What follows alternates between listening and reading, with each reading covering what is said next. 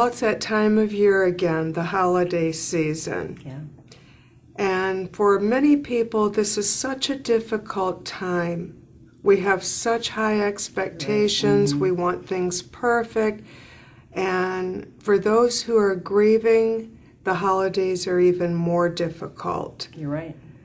What have you heard from your clients as far as what seems to be the hardest for them to cope with during the holidays? Many people tell me that they wish that the holidays weren't even coming, that they'd like to skip the holidays altogether. They talk about how difficult it is to decide what to do. Traditions are so powerful and meaningful, and yet without a loved one, there's a lot of sadness. So they're not sure what to do. Do I continue with the traditions that we've had in the past? You know, do we do something different? Some people even say they think about going away and not even being in town for the holidays. And so they're not quite sure what to do with the holidays. Many people say they lack motivation. You know, they just don't have the ambition to cook and to clean and to shop and to do all the things that are required to, you know, to have your traditional holiday. So they have lack of motivation, and they just really don't feel like having holidays. People have said to me, you know, everybody's celebrating. You go into the stores, you hear the music, and it's awful because, you know, I'm not happy. I'm missing my loved one, and people don't understand that. The other thing is that, you know, children tend to, even when they're grieving, they look forward to the traditions during the holidays. And so they may be looking forward to the typical, you know, holiday season. And it's very difficult for the adults in their lives because they want to provide for their children what they need, and yet that might be very different than what the adults in their lives need. So it's a challenge. So people talk about the traditions and the lack of motivation, what to do as far as their children. What do you recommend to them? What do you say to them when they tell you this? One of the things I encourage people to do, to really consider, keep it simple. You know, I think that that's probably good advice for all of us, but particularly when we're grieving. Grief takes so much energy.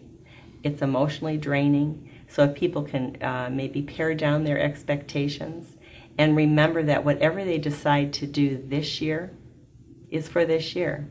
They may choose to keep it simple this year and maybe go back to some of the things that they would typically do in years to come. But to remember, it's this year that they're planning for, and to you know, just really be careful. I encourage people to take good care of themselves. You know, we tend to try to cram so much into a short amount of time. And again, grief is very exhausting. So I encourage people to really pay attention to what they need, to get rest.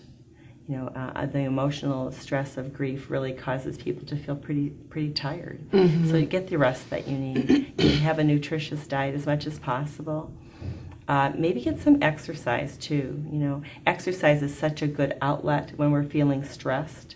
And so exercise is important. So some of the things you might typically let go of and not pay attention to during the holidays, when you're grieving, that's especially important, to take good care of yourself. So I try to encourage people to you know, to be mindful of that. And what about the traditions? What about the traditions? Well, that's a really good question. I think that communication is so important among family members. We all have different expectations and different needs, and if we can talk about that with other family members, it's very helpful. Sometimes when we're grieving, we don't know what we need or what we want, but sometimes in conversation with relatives who are probably also going through some challenges and trying to decide what to do, we might come up with a plan that maybe suits everybody pretty well. I'll give you an example, Kathy. A number of years ago, I worked with a family. It was a young family. The wife had died, and the husband had two children, a 13-year-old son and a 6-year-old daughter. They wanted to figure out, what are we going to do about Mom's Christmas stocking? The daughter really needed to have her mom's Christmas stocking out so she could see it. the father and son said, I don't think we can do this. It's so painful to take a look at that stocking, and it just brings back a lot of memories. So it was really painful for them. So here are 3 family members with different needs. Right. They had a conversation, what are we going to do about this? And they came up with a really good solution. They decided that the daughter could keep Mom's Christmas stocking in her bedroom, so she could see it all the time, and the father and the son didn't need to see that. And so that met all of their needs, but it required some conversation about that in advance.